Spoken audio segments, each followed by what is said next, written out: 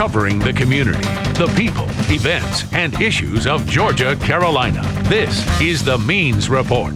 Now, from the studios of WJBF News Channel 6 in Television Park in downtown Augusta, here's Brad Means. Hello again, everybody, and welcome back to the Means Report, Season 2, Episode 2 on our brand new location on WJBF News Channel 6. Once again, so happy to be here on the primary channel for ABC in the Augusta, Georgia area and beyond. And if you missed our first episode last week on Channel 6, then we welcome you certainly to the audience and hope that you'll stay with us as we continue to cover the people and places of Georgia, Carolina and interview the people who are making news and the issues that are important to you. It's a longer format. It's a 30-minute broadcast, and we can get in depth into the issues that you'd never be able to tackle during, say, your typical 6 o'clock newscast. And today, as we've been doing really since the Means Report started, we're going to cover important issues affecting health. Today especially, we're focusing on the heart, and we're focusing on a group that can help people who have heart problems and that can also help people who have a wide range of other issues that they are dealing with, whether it's being a victim of a natural disaster or whether it's being a member of the military and needing some sort of assistance that way. You'll see what I mean in just a minute. But first I want to bring on Madison Hext. Madison Hext is the director of Brian Littrell's Healthy Heart Club. Madison has come here from the greater Atlanta area, and she's here to talk about the Healthy Heart Club, what it is, how it started. And yes, I did say Brian Littrell, and if you're anywhere between the ages of, say, 0 and 85 or 90, then you're probably screaming right now because you know Brian Littrell's a member of the Backstreet Boys, a band that since the 90s and 2000s has sold more than 100 million albums worldwide. And I know I can confidently say between 0 and 80 something because my mom, who's in her late 60s, called me a couple of years ago and said she was driving down the road in Naples, Florida, enjoying her Backstreet Boys CD. I had no idea their appeal was that far reaching. But now Brian Littrell, member, is doing some really, really important work and helping a lot of people through his Healthy Heart Club. And Madison, I want to thank you so much for taking the time to be with us today. I'm glad you came to Augusta safely. Welcome. Thank you. Thank you. It's a pleasure to be here. Tell everybody who just may have, say, a basic knowledge of Brian Littrell and the Backstreet Boys and his whole history, his connection to this Healthy Heart Club idea and how it all got started. All right. Well, Brian was born with holes in his heart. It was something that affected him throughout his life, both as a child and as an adult. When he got to be in his mid-20s, it really started to take a toll on his health, and he did have an operation. In 1999, as he was kind of recovering from the surgery, which, as I said, had affected him his entire life, he really was very thankful to, what a great recovery he'd had and how supportive his fans had been. And it was something that he decided he wanted to make a part of his life and help others who had the same sort of issues. So he started this club primarily. It was a club at the time. Kids came and they actually worked out with trainers, and they were coached on heart healthy lifestyles and that sort of thing to prevent future heart problems and to help with the problems that they already had as children. And the idea was to help them lead overall healthy lifestyles. And are we talking primarily about children who were born with heart defects, as Brian was? Mostly congenital heart defects, but some things came along later in life. We had a lot of children who had valve problems that they wouldn't discover till later, but usually it starts pretty early. Their parents would kind of notify the foundation, and they'd go from there and get them involved in the club. And so he establishes this primarily as a club, but then it started to evolve into something more. Yes, it did. The insurance became just astronomical as far as having a celebrity around children. There were some issues that it caused it in other celebrity foundations. And their personal trainer, their physical therapist, decided that he wanted to become a part of the club in a different way, in the way that Brian kind of saw his vision. And what they did is they took the money that they would be spending on the insurance and started giving to the families. So if you have a family that has to travel across the United States, you have hospital bills, you have airfare, you have so many things that you have to pay for in addition to the operation. And not everyone can afford that. So they started a fund, Surgical Assistance Fund, and the fund went toward different families who would, kind of submit their problems. And sometimes families or individuals would submit another family and say, you know, I know this family that really needs help, and the foundation would step in and help there. Tell me about the issues that Brian had to deal with his heart. Are these things that we would have ever noticed? Are these things that hindered his ability to perform sometimes? Later on it did. He would become very out of breath when he danced, because the Backstreet Boys have a lot of choreography. They're constantly moving. Anyone who's seen their show knows that it's a very high intensity workout sort of when they're dancing. It is. And traveling around the United States and around the world, it just became, it was almost overwhelming because of the problem, and it became taxing. And so then you had these families who were, I wanted to, before I move on to how you were helping the families and how many people have been able to enjoy and benefit from you all, let me go back to the insurance end of it. So is it just a matter of you need to be protected in case someone tries to sue you, in case someone is around a celebrity and says, okay, something bad happened, he dropped my baby, yes, whatever. There's a lot of liability as far as a celebrity being around children. I mean, anyone could really say anything that they wanted to, which is unfortunate, but there's a lot of protection for the celebrity and as well as the families, because they're involved in, well, they're around other families that necessarily don't know, and they're in exercise. It's, you know, if you're exercising with a group of people, you have to be really careful. Very briefly, when my oldest son was a baby, we saw James Brown, and I tried to get the Godfather of Soul to hold my son for a picture, and somebody in James Brown's entourage, I heard them say he can't hold the baby, probably for exactly what you're talking about. Yes, it's a lot of, you don't even think about the liability, but it's there. It's unfortunately an issue. Well, and by the way, I saw kind of a look in your eyes. I'm not going to ask you how many people you've helped exactly, but I do want to know, or I do suspect rather, that there was a strong interest in receiving proceeds from this surgical assistance fund, and that a lot of families did sort of reach out to you all and to the HHC and say, please help us. And how must that have made you feel to see, oh my goodness, there's such a need? Well, I actually came in 2008. I came in September, so it's been coming up on my anniversary with the club. But at the time, there was an overwhelming response, especially as it spread, because they'd helped all these people, and it was by word of mouth and online on the internet. It was just kind of spreading, and it's I know it was very overwhelming for them, in a good way though, because they were able to help so many people, and their idea sort of spread. So many people were becoming just a part of this. As far as like support, so many people wanted to donate, but a lot of people were also very interested in, you know, helping others or helping themselves even, because when your child is sick, that's all you want is to make them better. Were you limited by people who just came from areas near Atlanta and near Georgia, or no? They have people in California. I think the first was in Kentucky. They've been all over the United States. Even recently, I've talked to people in New York. It seriously has reached out throughout the nation. And then talk about the ways that you were actually able to help them. Would hospital bills come and you would completely pay them, or is it more of a we can help you along the way with certain expenses as much as we can help you? It really depended on the family. And a lot of the earlier instances, they would pay the hospital bills.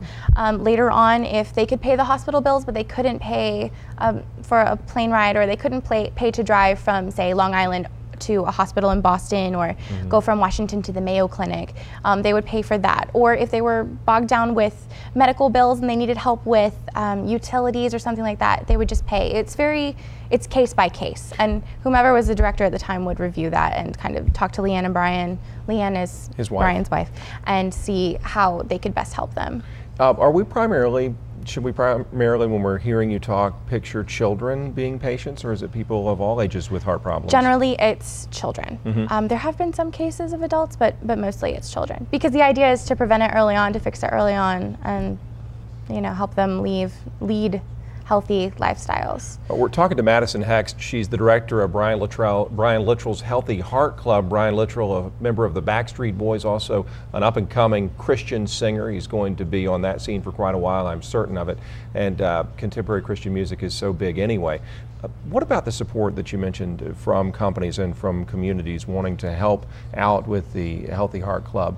How has that been going? In a few minutes, we'll tell people how they can help support y'all, but leading up to now, how's that been? It's been wonderful. It's overwhelming how many different kinds of people want to get involved. The fans are on one level. They really do want to donate in, and they can, anywhere from $5 increments up to $1,000 of increments that people have donated toward the club. and some businesses, hospitals have been very involved, and they'll team up. We teamed up with the Mayo Clinic for a little while.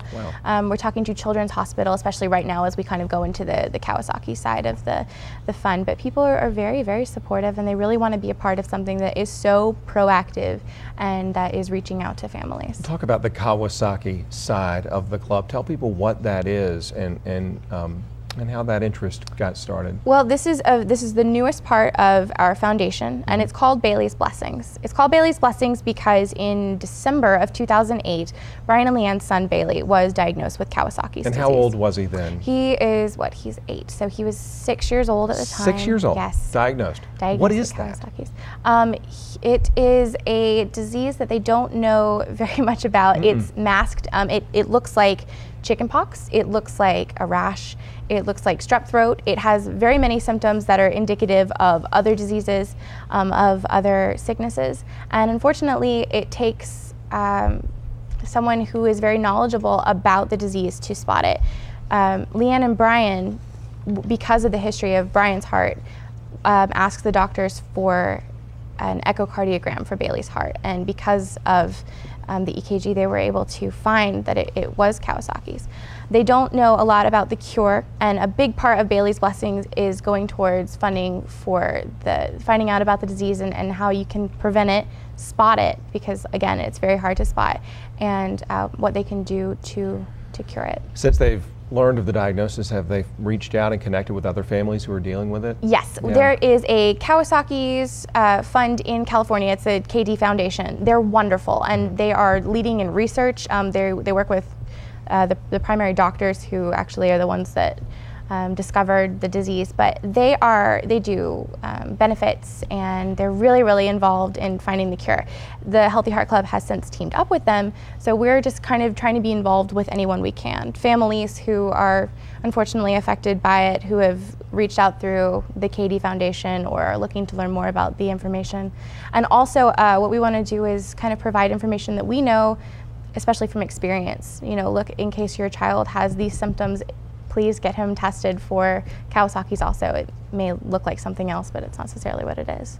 So here we have a program that in its infancy was focused on surgical assistance and focused on physical therapy and exercise for people primarily with congenital heart problems like Brian's. Then we see it branch off into this group that's also providing support for people with Kawasaki's syndrome. Also, we see the Angels and Heroes side of things. It's just amazing the work that this has become. What is the Angels and Heroes arm of your foundation? The Angels and Heroes is amazing. It's so incredible. It's one of the most rewarding parts of my job, I will say that. Yeah. When I came into the organization in 2008, they were just starting the idea of the Angels and Heroes Fund. And it was after 9/11, and we had all these, unfortunately, police officers and firemen who had risked their lives and lost them to save people during the accident. It's like everyone stepped forward and helped, yeah. And then also we had men and women who were in the service, who were fighting for our country. Actually, we worked with some people out of Fort Gordon in Augusta. Really? We took 2 families. One was Army and the other was Navy, I believe. And they had 5 children in one family and 6 in the other. And they were kind of behind because it's really hard to take care of that many people. We took both those families and paid for their utilities for a year and kind of gave them a chance to catch up. That was our first project as Angels and Heroes. But it really does extend past that to teachers, to police officers, to anyone that really kind of works for our nation and our community. We just wanted to give back. Why are the Littrells doing this? They are extremely unique and very passionate in that anything that ever happens to them, they have the ability to turn it around and do something good, as is indicative with Brian's heart disorder and Baylee and Kawasaki's. Right. And the Angels and Heroes is just something that was on their hearts. They were very passionate about the people in the community and all those who serve us, and they really just wanted to give something back. Which do you think is, I don't want to sound trite because I think I know which is more important, but which is he spending more time on now? Perpetuating the good deeds of the HHC and its many endeavors or his music? Well, it's kind of all falls into the same place, especially because a lot of the people who are supportive of the Healthy Heart Club are fans. That's how they know. They know Brian, so they know the foundation. Those two are equal. Yes, they know, yeah. Yes, they are. And surgical assistance part, the first part is kind of, it's on its own because so many people have heard about it, and it spreads by word of mouth. I mean, the information is there. It's very black and white, and they know they can get help. We are right now promoting Angels and Heroes, and especially Kawasaki's, because it is new, and we really want to spread the awareness. But the Littrells are equally involved with the charity as they are in any other part of their careers, and they're very busy people, but it's impressive. They are. Really is. I mean, it really is amazing. And how besides the thing that we're going to talk about during the next segment, how can people just initially show their support for the efforts that y'all are doing? Well, we have donations obviously are available through the website. We have merchandise also that is available. Leanne has a bag line, a clothing line, and she makes merchandise for the Healthy Heart Club as well. Very stylish, really cute. Yeah. But it's all the money goes toward the Healthy Heart Club as well. And give the website, please, where we can go look at it, where we can check out those bags right now. Absolutely. Our website is healthyheartclub.org. Okay. Leanne's website is actually wileybags.com, and it's WYLEE. And again, some of her proceeds go toward the Healthy Heart Club, and everything she makes for the Healthy Heart Club is 100% for the HHC. Yeah, y'all should check out those Wiley bags. They're really cool. They're Marlena awesome. Wilson, our executive producer, has a different Wiley product every day, and you can go WYLEE.com. That's right. All right, when we come back on the Means Report, we do want to talk to Madison Hext about an event that is going on right up the road that you can take part in, an incredibly fun event, and also a way to generate more interest and hopefully more income for the Healthy Heart Club that helps so many people more and more each day. As the Means Report, every Sunday at 12 noon continues.